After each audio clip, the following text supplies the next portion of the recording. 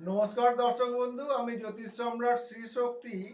আজকে আমি বলবো যে আপনি নিজের কোন গ্রহ খারাপ কোন গ্রহ ভালো সেটা আপনি নিজেই ঘরে বসে জানতে পারবেন।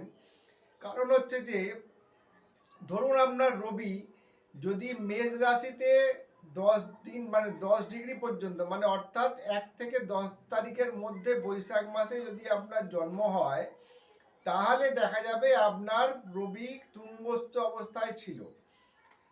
ভালো করে বুঝবেন, রবি যদি আপনার জন্মছকে দেখেন যে মেষ রাশিতে 1 তারিখ থেকে 10 তারিখের মধ্যে যদি জন্ম হয়, বৈশাখ মাসের 1 তারিখ থেকে 10 তারিখের মধ্যে জন্ম হয় এবং রবি তাহলে মেষ রাশিতে থাকবে, 1 থেকে 10 ডিগ্রির মধ্যে যদি রবি থাকে, তাহলে আপনার দেখা যাচ্ছে যে রবি আপনার খুব তুঙ্গস্থ অবস্থায় ছিল।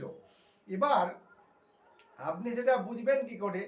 তাহলে দেখবেন যে যাদের রবি খুব উচ্চস্থ আছে বা তুঙ্গস্থ আছে, যাই হোক, সেটা হচ্ছে তাদের ক্ষেত্রে দেখা যাবে তাদের নেম ফেম যশ প্রতিষ্ঠা খুব ভালো থাকবে। তার কিন্তু একটা পরিবারে বা কর্মস্থলে উচ্চ সম্মান উচ্চ পদ প্রাপ্তির যোগ থাকবে।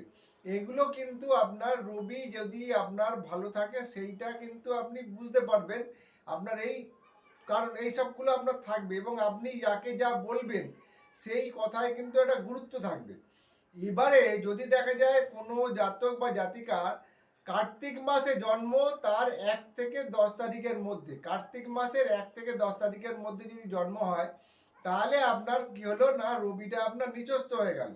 এই রবি নিচস্থ হয়ে যাওয়ার জন্য দেখবেন যে আপনি পারিবারিক ক্ষেত্রে বা কর্মক্ষেত্রে যতটা আপনি উচ্চ পদ পাওয়ার সম্ভাবনা থাকবে বা পাওয়ার চেষ্টা করবেন, বা আপনাকে কিন্তু অনেকেই গুরুত্ব দেবে না সেইভাবে, আপনার একটা মান সম্মান হানির যোগ থাকবে। আপনাকে কেউ গৃহে বা কর্মস্থলে অত গুরুত্ব কিন্তু আপনাকে দেবে না।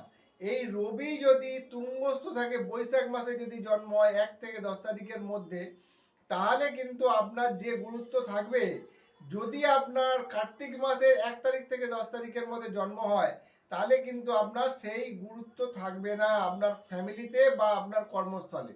নাম যশ প্রতিষ্ঠা এগুলো কিন্তু আপনি পাবেন না। আপনাকে কিন্তু অন্য লোক কিন্তু আপনাকে হেয় করবে। এইগুলো কিন্তু আপনি নিজেই জানতে পারবেন। আপনার ছকে আগে দেখে নিন রবিটা কত ডিগ্রিতে আছে। রবি যদি আপনার 10 ডিগ্রির মধ্যে থাকে, তাহলে কিন্তু যদি মেষ রাশিতে থাকে তাহলে হচ্ছে বৈশাখ মাসের জন্ম হলে তুঙ্গস্থ, আর কার্তিক মাসে যদি জন্ম হয় তাহলে আপনার রবি নিচস্থ হয়ে যাচ্ছে। সেই রবির কিন্তু আপনার প্রতিকারের দরকার। কাজেই ভালোভাবে কিন্তু আপনারা বাড়িতে বসেই কিন্তু একটুখানি যদি সচেতন হন, তাহলে কিন্তু জানতে পারবেন। নমস্কার দর্শক বন্ধু, সবাই সুস্থ থাকবেন, ভালো থাকবেন।